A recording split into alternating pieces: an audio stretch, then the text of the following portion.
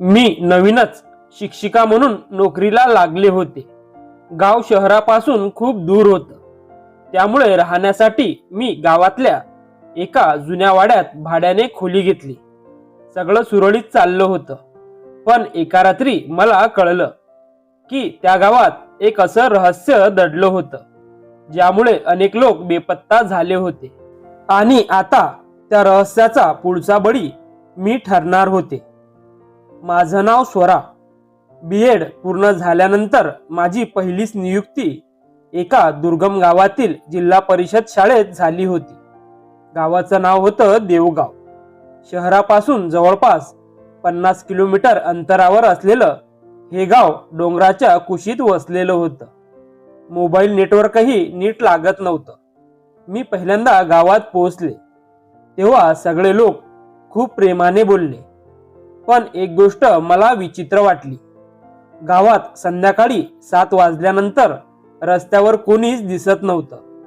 दुकानं बंद, दारं बंद, खिडक्या बंद. जणू काही गावावर कर्फ्यू लागू झाला होता. शाळेचे मुख्याध्यापक पाटील सर म्हणाले, "मॅडम, रात्री उशिरा बाहेर पडू नका." "का सर?" मी विचारलं. ते काही क्षण शांत राहिले. मग म्हणाले, "गावात काही जुन्या गोष्टी आहेत. लोक घाबरतात." मी हसले.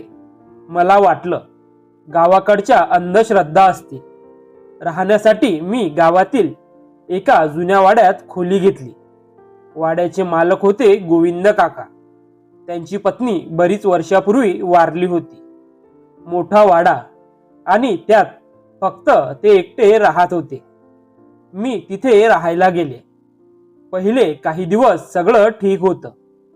एके रात्री साधारण 11 वाजता माझ्या खोलीबाहेर कोणीतरी चालत असल्याचा आवाज आला.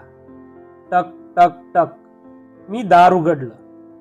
बाहेर कोणीच नव्हतं. लांबच्या कॉरिडॉरमध्ये फक्त अंधार. मी परत झोपले.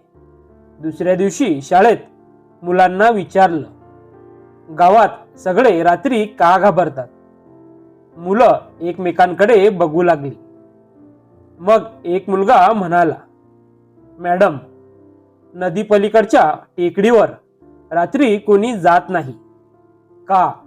"तिथे गेलेले लोक परत येत नाहीत." सगळे विद्यार्थी शांत झाले. मी पुन्हा हसले. पण मनात कुतूहल निर्माण झालं. काही दिवसांनी रात्री पुन्हा तोच आवाज, टक टक टक. यावेळी मी सावधपणे बाहेर आले. कॉरिडॉरच्या शेवटी एखादी सावली उभी होती. मी मोबाईलचा टॉर्च लावला. क्षणात सावली गायब झाली. सकाळी मी गोविंद काकांना विचारलं, "काल रात्री कोणी आलं होतं का?" त्यांच्या चेहऱ्याचा रंग उडाला. "तुम्ही काही पाहिलं?" "हो." ते काही बोलले नाहीत. फक्त म्हणाले, "मॅडम, रात्री दार उघडू नका." आता मात्र मला संशय येऊ लागला. गावात नक्की काहीतरी होतं. मी चौकशी सुरू केली. गावातील वृद्ध लोकांशी बोलले. तेव्हा एक धक्कादायक गोष्ट समजली. गेल्या 15 वर्षात गावातील 6 जण अचानक गायब झाले होते. कुणाचाही मागमूस लागला नव्हता. पोलिसांनी तपास केला, पण काहीच सापडलं नव्हतं. सगळ्यांचा शेवटचा ठावठिकाणा एकच होता, नदी पलीकडची टेकडी. मी ठरवलं, रहस्य शोधायचंय. एका शनिवारी संध्याकाळी मी एकटीच टेकडीकडे निघाले. सूर्य मावळत होता. वारा जोरात वाहत होता. जशी मी वर पोहोचले, मला एक जुनी मोडकळीस आलेली इमारत दिसली. इमारतीच्या भिंतीवर विचित्र खुणा होत्या. दाराला गंज चढला होता. पण आश्चर्य म्हणजे आतून मंद प्रकाश दिसत होता. मी हळूच आत गेले. आत मोठा हॉल होता आणि एका कोपऱ्यात मला काही फाईल्स दिसल्या. त्या उघडून पाहिल्या आणि माझ्या पायाखालची जमीन सरकली. त्या फाईलमध्ये गावातील बेपत्ता लोकांची नावं होती. फोटो होते, त्यांच्याबद्दल माहिती होती. तेवढ्यात माझ्या मागून आवाज आला, तुम्ही इथे यायला नको होतं. मी मागे वळले. गोविंद काका उभे होते. काका, त्यांच्या डोळ्यात अश्रू होते. ते म्हणाले, मी तुम्हाला वाचवण्याचा प्रयत्न करत होतो. मग त्यांनी जे सांगितलं ते ऐकून मी हादरले. 15 वर्षापूर्वी गावातील काही प्रभावशाली लोकांनी बेकायदेशीर जमीन व्यवहार सुरू केले होते. ज्यांनी विरोध केला ते लोक गायब होत गेले. त्यांना मारलं जात नव्हतं. त्यांना दुसऱ्या राज्यात पाठवून बेकायदेशीर कामांसाठी वापरलं जात होतं. ही मोडकळीस आलेली इमारत त्यांचं गुप्त ठिकाण होतं.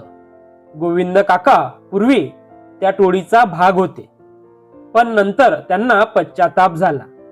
म्हणून ते गावकऱ्यांना सावध करत होते. तेवढ्यात बाहेरून वाहनांचे आवाज आले. टोळीचे लोक परत आले होते. आम्ही मागच्या दरवाजाने पळालो, पण त्यांनी आम्हाला पाहिलं. अंधारात पाठलाग सुरू झाला. मी धावत होते. हृदय जोरात धडधडत होतं. अचानक मला मोबाईलला नेटवर्क मिळालं. मी ताबडतोब पोलिसांना फोन केला.